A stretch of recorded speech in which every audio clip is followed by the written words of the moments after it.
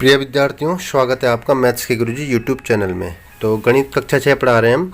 प्रश्नावली 5.7 देखिए, शुरू कर रहे हैं। ठीक है, प्रश्न 1, प्रश्न 2, प्रश्न 3, 3 प्रश्न है इस प्रश्नावली में। तीनों प्रश्न हम इस वीडियो में कवर करेंगे। ठीक है, तो आप हमारे चैनल में नए हैं, पहली बार विजिट किए तो चैनल को सब्सक्राइब जरूर कीजिएगा और प्रेस कीजिएगा बेल आइकन को, जिससे आपको आने वाली वीडियो का नोटिफिकेशन समय समय पर मिलता रहे और हमें भी मोटिवेट मिलता रहे। ठीक है, तो प्रश्न 1 देखिए। इससे पहले प्रश्नावली प्लेलिस्ट में है, अगर आपने वो नहीं देखी वो देखिए। ठीक है, और तभी आपको अच्छे से समझ में भी आ जाएगा। तो शुरू करते हैं प्रश्न 1 बिना किसी देरी के। प्रश्न 1, सत्य, ट्रू या असत्य, फॉल्स हमें बताने। ठीक है, यहाँ पे हमें कुछ क्वेश्चन दे रखे हैं, इनको हमें बताना है कौन सही है कौन गलत है। ठीक है, सत्य और असत्य बताना है। तो यहाँ पे देखिए, आयत का प्रत्येक कोण समकोण होता है। ठीक है, आपने देखा आयत कैसा होता है। यहाँ पे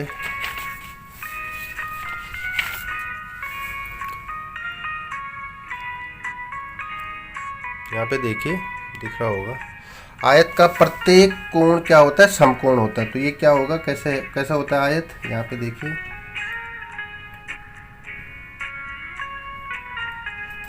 ठीक है, ऐसा ये क्या हो गया, आयत। ठीक है, तो आयत का प्रत्येक कोण मतलब ये वाला, ये वाला, ये वाला, ये वाला, प्रत्येक कोण क्या होता है, समकोण होता है। ठीक है, तो हम क्या लिखेंगे, हाँ समकोण होता है। ठीक है, क्या लिखेंगे, सत्य, क्योंकि आयत का प्रत्येक कोण क्या होता है, समकोणी होता है। ठीक है,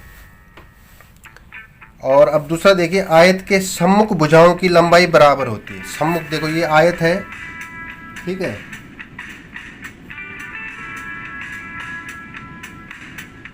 ये आपका आयत हो गया। ठीक है, इसकी सम्मुख भुजा ये हो गई। ठीक है, इस वाली भुजा की सम्मुख भुजा ये हो गई और इस वाली की सम्मुख भुजा ये, माने आमने सामने की भुजा। ठीक है, तो ये बोला आयत के सम्मुख भुजाओं की लंबाई बराबर होती है। तो बिल्कुल आयत की आमने सामने की भुजाओं की लंबाई क्या होती है, बराबर होती है। तो ये इसको हम क्या करेंगे, सत्य मानी ट्रू। ठीक है, ये भी सत्य हो गया, पहला वाला भी सत्य हो गया। अब सी वाला देखिए, वर्ग के विकर्ण एक दूसरे पर लंब होते हैं। वर्ग कैसा होता है, यहाँ देखिए, चारों भुजाएं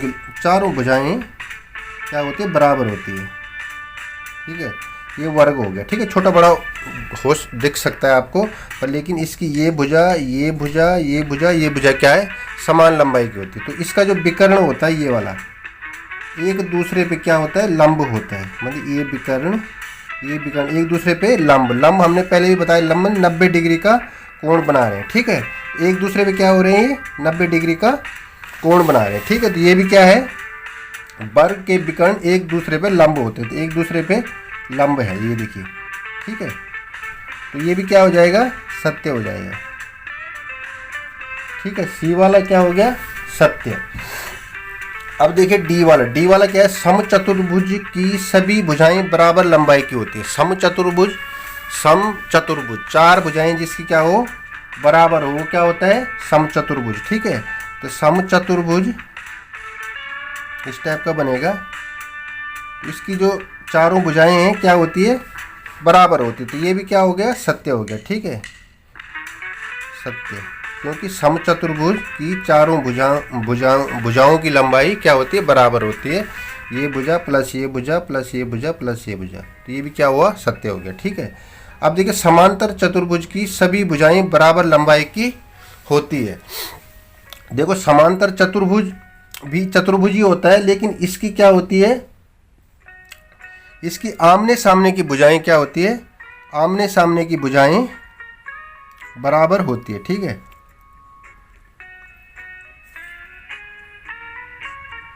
आमने सामने की भुजाएं क्या होती है, ये वाली इस वाले की, ये वाली इस वाले की। तो ये कौन सा था कि बराबर, ये हो गया समांतर चतुर्भुज की सभी भुजाएं लंबाई बराबर होती है। तो ये सभी लंबाई बराबर नहीं होती है, बल्कि आमने सामने की भुजाओं की लंबाई बराबर होती है। ठीक है, ये इसके बराबर, ये इसके बराबर। तो समांतर ये क्या हो गया, असत्य हो गया। ठीक है, मतलब गलत है।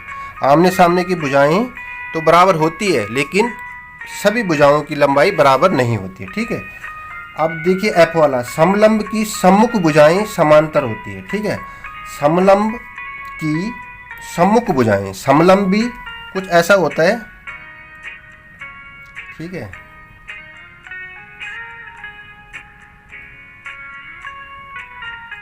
इस तरह से तो समलंब होता क्या है, एक ऐसा चतुर्भुज जिसकी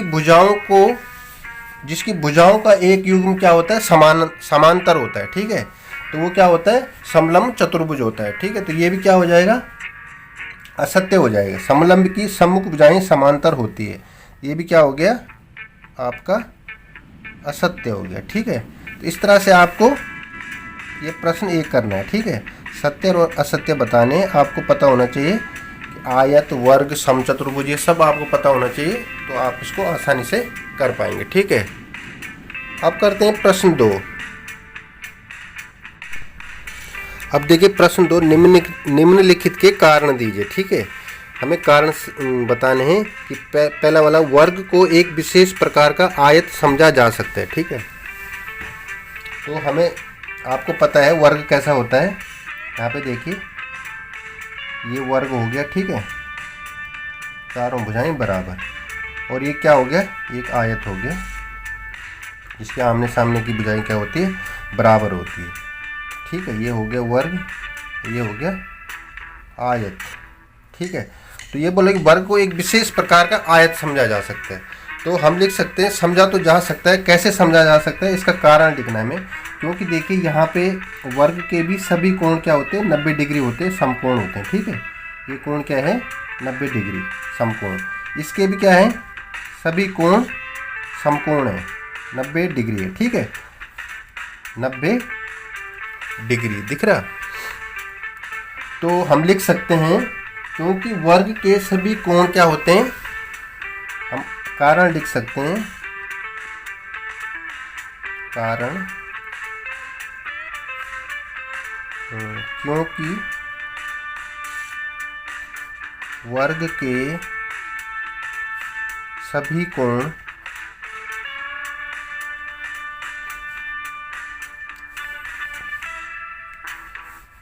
कोण क्या होते हैं, समकोण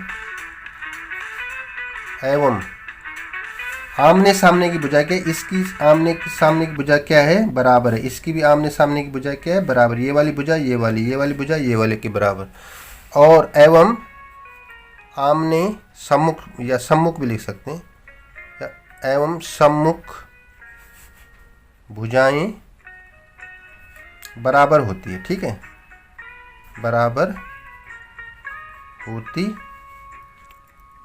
है, इसलिए हम इसको एक विशेष प्रकार का आयत भी समझ सकते हैं, ठीक है। ये कारण लिखना है, क्योंकि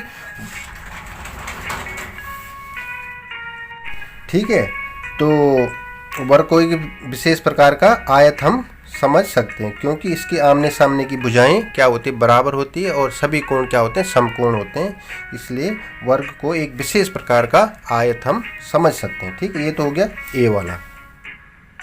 अब है बी वाला। बी वाला क्या, आयत को एक विशेष प्रकार का समांतर चतुर्भुज समझा जा सकता है, तो हम लिखेंगे हाँ समझा जा सकता है। देखिए यहाँ पे ये आयत है, ये क्या है, आयत है, और ये क्या है, समांतर चतुर्भुज, ठीक है। तो आयत को समांतर चतुर्भुज समझा जा सकता है, इससे हमें कारण लिखना है, कारण। अब देखिए ये आयत है, इसकी आमने सामने की भुजाएं क्या है, बराबर है, इसकी भी आमने सामने की भुजाएं क्या है, बराबर है, ये वाली भुजाएं इसके बराबर है, ठीक है। जैसे ऊपर वाले में था आयत, वर्ग को आयत, ऐसे आयत को समांतर चतुर्भुज कह सकते हैं, क्योंकि आयत की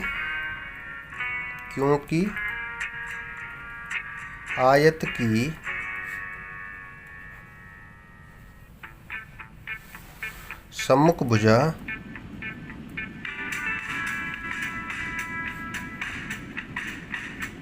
सम्मुख भुजाएं क्या होती है, बराबर होती है, ठीक है।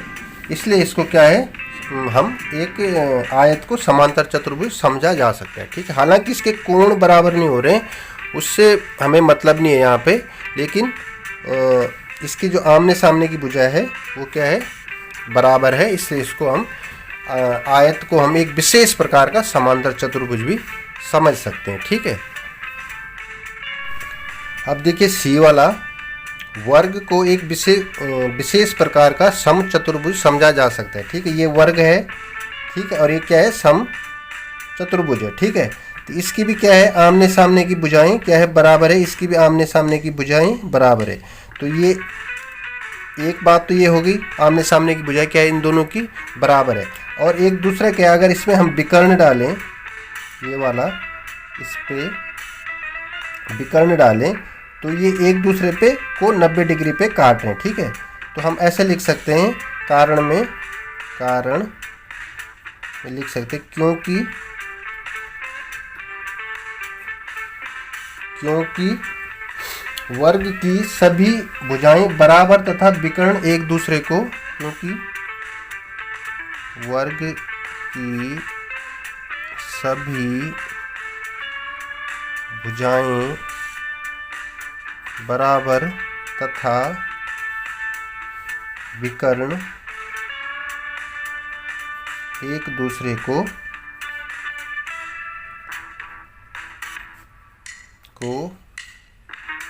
90 डिग्री पे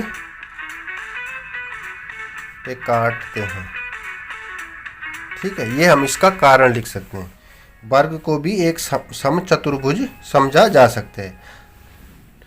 ठीक है, ये हो गया सी वाला। अब देखिए डी वाला यहाँ पे थोड़ा जगह कम है।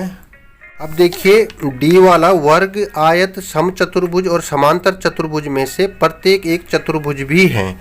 तो बिल्कुल चतुर्भुज भी हैं, क्योंकि ये क्या हो गया, ये वर्ग हो गया, ये आयत हो गया, समांतर चतुर्भुज और सम चतुर्भुज। ठीक है, तो इसका कारण हम लिखेंगे,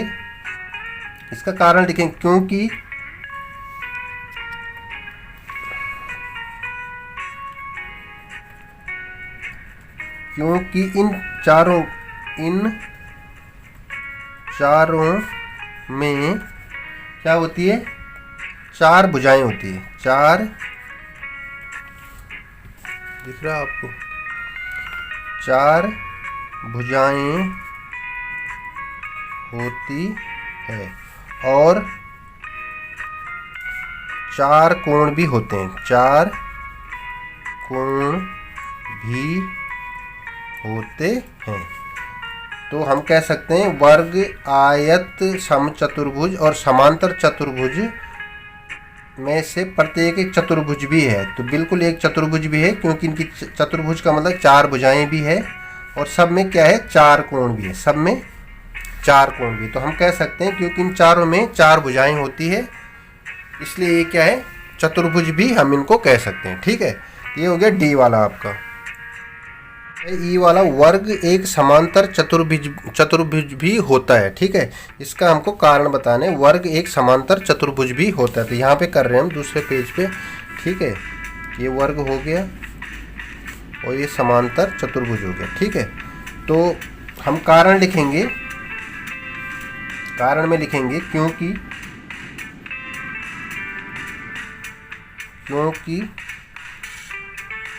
वर्ग की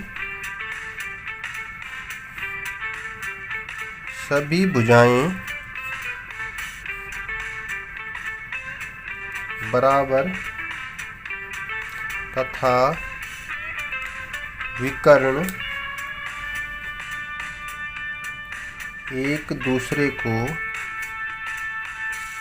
90 डिग्री पर काटते हैं। ठीक है, वर्ग की सभी भुजाएं क्या होती है, बराबर होती है और विकर्ण एक दूसरे को 90 डिग्री पे काटते हैं।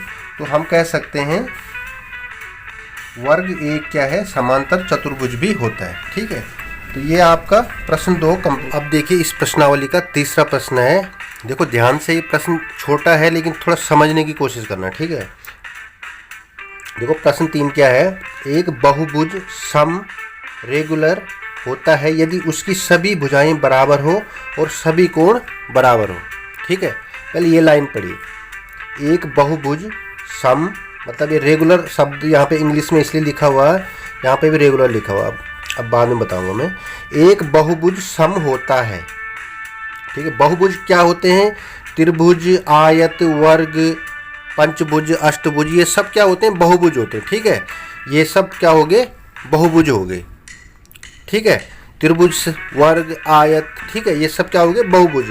ये बोला एक बहुभुज सम होता है, ठीक है, सम होता है, रेगुलर होता है, यदि बल उसकी सभी भुजाएं क्या हो? बराबर हो। सभी भुजाएं क्या हो? बराबर हो, और सभी कोण बराबर हो। अब सभी भुजाएं, सभी कोण किसके बराबर होते हैं? तो यहाँ पे देखिए, ये वर्ग है, ठीक है, ये क्या है? वर्ग। वर्ग क्या होता है? जिसकी सभी भुजाएं, सभी कोण क्या होते हैं? बराबर होते हैं। देखो सभी भुजाएं, सपोज ये 5 सेंटीमीटर है, ये भी क्या होगी? 5 सेंटीमीटर होगी, ये भी 5 सेंटीमीटर होगी, ये भी 5 सेंटीमीटर होगी। ठीक है, तो देखो ये हो गया वर्ग। ठीक है, इसकी सभी भुजाएं बराबर हो गई, सभी भुजाएं बराबर हो, सभी कोण बराबर हो, और कोण भी क्या है इसके? सब के सब कोण क्या है? बराबर है। कितने हैं? 90 डिग्री। ये भी 90 डिग्री, ये वाला भी 90 डिग्री, और ये वाला भी 90 डिग्री। तो क्या ये बहुभुजी तो है ये? क्योंकि बहुभुज क्या होते हैं? त्रिभुज, वर्ग, आयत, ठीक है, ये सब क्या होते हैं? बहुभुज होते हैं। तो हमें ऐसी पहचान करनी है। तब अब आगे पढ़ो, इसके सभी भुजाएं बराबर हो और सभी कोण बराबर, ये क्या हो गया? वर्ग हो गया। ठीक है, क्या आप एक समचतुर्भुज की, अब यहाँ पे देखो रेगुलर, क्वाड्रिलेटरल, रेगुलर, रेगुलर, तभी इसलिए यहाँ पे इंग्लिश में ये रेगुलर शब्द का यूज किया हुआ है। ठीक है, तो क्या बल आप एक समचतुर्भुज की पहचान कर सकते हो? तो हमने ये समचतुर्भुज की पहचान यहाँ पे ऐसे कर दी, क्योंकि जिसकी सभी भुजाएं बराबर हो, सभी कोण बराबर हो। ठीक है, तो सभी भुजाएं, सभी कोण क्या होते हैं? एक वर्ग के बराबर होते हैं। तो हमने ये भी क्या हो गया? एक वर्ग भी क्या होता है? एक समचतुर्भुज होता है। ठीक है, तो क्या आप एक समचतुर्भुज की पहचान कर सकते हो? तो हमने इसकी पहचान कर दी। क्या वर्ग एक क्या है? जिसकी सभी भुजाएं और सभी कोण क्या होते हैं? बराबर होते हैं। तो इस तरह से ये क्वेश्चन आपको करना है। ठीक है, और इसमें कुछ नहीं है, थोड़ा शब्दों को समझना है और एक क्वेश्चन, तो हम आंसर में लिखेंगे वर्ग क्या है? एक समचतुर्भुज है। ठीक है, और ये प्रश्नावली आज पूरी हो गई, और नेक्स्ट प्रश्नावली हम नेक्स्ट डे को लेके आएंगे, और मिलते हैं नेक्स्ट वीडियो में। ठीक है।